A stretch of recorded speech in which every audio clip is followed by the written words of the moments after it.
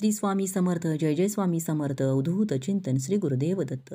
स्वामी कृपेने तुमच्या सर्व इच्छा मनोकामना पूर्ण होत ही स्वामीच्या चरणी प्रार्थना करते आणि आजच्या व्हिडिओला सुरुवात करते. पितृपक्षामध्ये पितरांचं स्मरण केलं जातं. या काळामध्ये कोणतंही शुभ कार्य केलं जात नाही. श्रद्धातील मंत्रोच्चारांमध्ये पितरांना गती देण्याची सूक्ष्म शक्ती सामावलेली असते. श्रद्धा या शब्दापासूनच श्राद्ध हा शब्द निर्माण झालेला आहे. म्हणजेच काय, आपल्या वाडवडिलांनी आपल्यासाठी जे काही केले आहे त्याची परतफेड करणं आपल्याला अशक्य असतं आणि म्हणून त्यांच्यासाठी जे पूर्ण श्रद्धेने केले जाते ते श्राद्ध. आता पूर्वजांमध्ये देखील देवतांप्रमाणे शाप देण्याची शक्ती असते असा उल्लेख हा गरुड पुराणामध्ये देखील आढळून येतो. म्हणजे जर पूर्वजांना जर प्रसन्न केलं तर आपल्या कुटुंबातील सुख, शांतता, समृद्धी कायम राहते.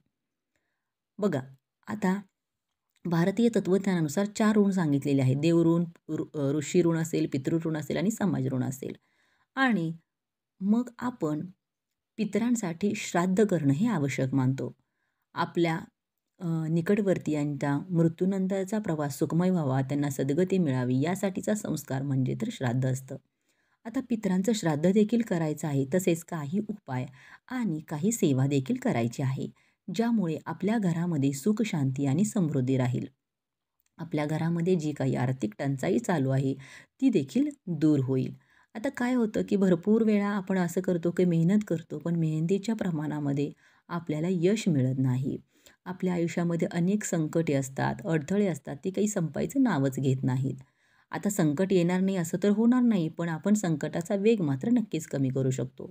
म्हणजे प्रत्येक आईवडिलांना असं वाटत असतं की आपल्या मुलांची प्रगती व्हावी, मग त्यांची नोकरीत असेल किंवा प्रत्येक क्षेत्रामध्ये त्यांना यश मिळावं आणि पाहिजे तसं होत नाही. मग आपल्या घरातील सर्व अडचणी आणि अडथळे दूर होण्यासाठी कोणते उपाय व सेवा कराव्यात हे तुम्ही जाणून घेणार असाल तर त्यापूर्वी चॅनलला लाईक करा, सबस्क्राईब करा. कमेंट बॉक्समध्ये श्री स्वामी समर्थ किंवा ओम पितृदेवताय नमः लिहायला विसरू नका. आता बघा, या पितृपक्षाच्या काळेमध्ये आपल्याला गाईला एक वस्तू खाऊ घालायची आहे. त्यामुळं आपलं जे काही दारिद्र्य आहे ते दुःख होईल आणि तसं बघायला गेलं तर कोणत्याही भुकेलेल्या आणि ताणलेल्या प्राण्याला अन्न आणि पाणी देणं हे महानच आहे. गाईला खायला दिल्यानं आपल्यास पुण्य तर प्राप्त होतं. हिंदू धर्मामध्ये गाईला मातेसमान दर्जा देण्यात आलेला आहे. गाईच्या पोटात 33 कोटी देवतांचा अधिवास आहे. म्हणजेच काय, तर गाईला भाकरी देऊन तुम्ही 33 कोटी देवदेवतांनाही आहार देत आहात. गाईला भाकरी दिल्याने कुटुंबातील अनेक दुःख असतील, वेदना असतील, संकटे असतील तर ते नाहीसे होतात आणि त्यामुळे आपल्या घरामध्ये समृद्धी येते. जेव्हा श्राद्धविधी असेल त्या दिवशी गाईला तुम्ही ही वस्तू खाऊ घालू शकता. आणि जर तुम्हाला जर शक्य नसेल तर पितृपक्षाच्या काळामध्ये एका तरी दिवशी तुम्ही गाईला ही वस्तू खाऊ घालायची आहे.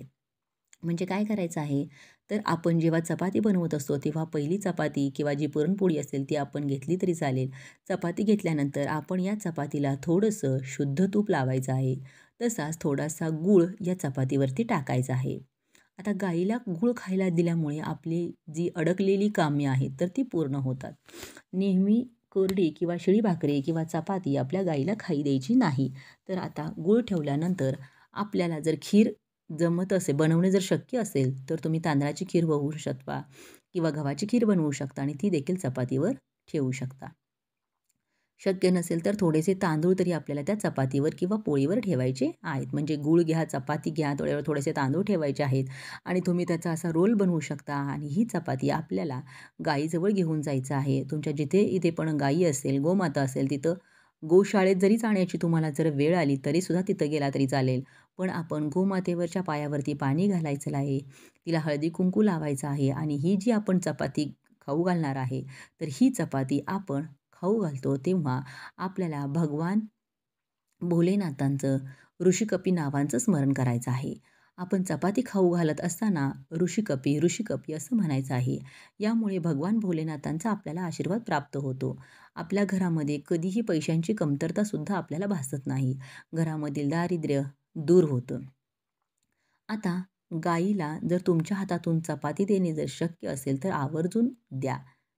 समजा जर तुमचा हात चाटला तर तुमचं दुर्भाग्य दूर होऊन तुम्हाला सौभाग्यसुद्धा प्राप्त होतं. असं जर करणं जर शक्य नसेल तर तुम्ही लांबूनसुद्धा तुम्ही चपाती देऊ शकता. फक्त तुम्हाला ऋषी कपी या नावाचं स्मरण करायचं आहे. गोमातेच्या पाठीवरून हात फिरवायचा आहे. आपण जेव्हा 3 वेळा हात फिरवावा, तेव्हा आपण फिरवल्यानंतर ओम नमो भगवते वासुदेवाय, ओम नमो भगवते वासुदेवाय या मंत्राचा जप करायचा आहे. तसेच गोमातेला आपण 3 वेळा प्रदक्षिणा देखील घालायची आहे. म्हणजेच काय, आपण जेव्हा गोमातेला प्रदक्षिणा घालतो, तेव्हा 33 कोटी देवतांना प्रदक्षिणा घालीत असतो आणि म्हणून प्रदक्षिणा घालताना देखील ओम नमो भगवते वासुदेवाय या मंत्राचा जपच करत राहायचा आहे. त्यानंतर गोमातेच्या पायाखाली जी काही माती आहे, ती माती आपण आपल्या कपाळाला देखील लावायची आहे. आता यामुळं काय होईल, तर गोमातेकडं तुमची जी काही इच्छा आहे, तर ती मनोकामना आहे ती मागायची आहे. तसेच गोमातेला आपल्या घरामधील दुःख, दारिद्र्य दूर होऊ दे यासाठी प्रार्थना करायची आहे. मुलांच्या जर काही अडचणी, अडथळे असतील तर देखील तुम्ही ते गोमातेला सांगू शकता.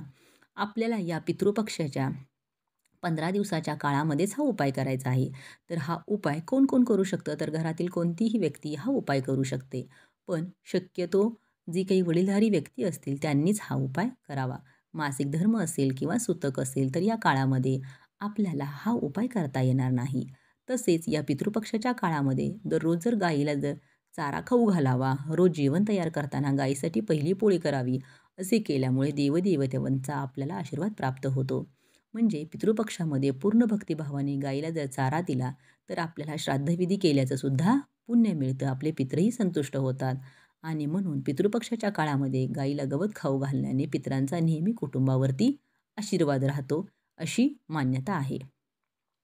म्हणजे काय, तर जेव्हा श्राद्धविधी असेल त्या दिवशी आपल्याला एक काम करायचं आहे. तर आपल्याला एक मातीची पणती घ्यायची आहे किंवा जर तुमच्याकडे कापूर जाळण्याचं जर भांडं असेल तरी ते घेतलं तरी चालेल. आपल्याला थोडेसे अखंड तांदूळ घ्यायचे आहेत. तांदूळ हे तुटलेले किंवा फुटलेले नसावे. तांदूळ घेतल्यानंतर आपल्याला 4-5 भीमसेनी कापराच्या वड्या घ्यायच्या आहेत. अगदी 2 वड्या घेतल्या तरीही चालतील. पण शक्यतो तरी भीमसेनी कापूरच घ्यावा. कारण तो भीमसेनी कापूर हा नकारात्मक ऊर्जा जास्त प्रमाणामध्ये शोषून घेतो. त्या तुलनेत साधा कापूर हा घेत नाही. आणि त्यानंतर आपल्याला 2 लवंगा देखील घ्यायच्या आहेत. या पूर्ण म्हणजे अखंड असाव्यात, कुठेही तुटलेल्या फुटलेल्या नसाव्यात. पुढे फूल देखील असलं पाहिजे. अशा लवंगा घ्यायच्या आहेत. जो काही भीमसेनी कापूर आपल्याला शुद्ध तुपामध्ये थोडासा मिसळून घ्यायचा आहे किंवा शुद्ध तुपामध्ये मिसळून घेणे जर शक्य नसेल, तर तुम्ही जेव्हा याचं जाळ करता त्यावरती देखील थोडंसं तूप टाकलं तरी पण चालेल. आता ह्या केल्यामुळे काय होईल, तर आपल्या घरामधली जी काही नकारात्मक ऊर्जा आहे, येडापिडा आपल्या पाठीमागं लागलेली आहे, तर ती नक्की दूर होईल आणि आपल्या घरामध्ये सुख शांती येईल. आता हे सगळं झाल्यानंतर आपल्याला जे काही आहे ते आपण आपल्या सर्व घरामध्ये फिरवून घ्यायचं आहे. अगदी बेडरूममध्ये, किचनमध्ये, हॉलमध्ये फक्त बाथरूम आणि टॉयलेट्सजवळ सोडून आपल्याला पूर्ण घरामध्ये हे फिरवायचं आहे. पितृपक्षाच्या या काळामध्ये जर हा उपाय केला तर घरातली नकारात्मक ऊर्जा ही नक्की दूर होईल. आपल्या मुलांची, घराची, पतीची सर्वांचीच प्रगती होईल. आणि त्यानंतर उरलेल्या ज्या काही वस्तू आहेत त्या तुम्ही निर्माल्यामध्ये टाकू शकता किंवा एखाद्या झाडाखाली टाकल्या तरी पण चालतील. जर तुम्हाला हा व्हिडिओ आवडला असेल तर व्हिडिओला नक्की लाईक करा, चॅनेलला सबस्क्राईब करा. धन्यवाद. बोला श्री स्वामी समर्थ. जय जय स्वामी समर्थ. अवधूत चिंतन श्री गुरुदेव दत्त.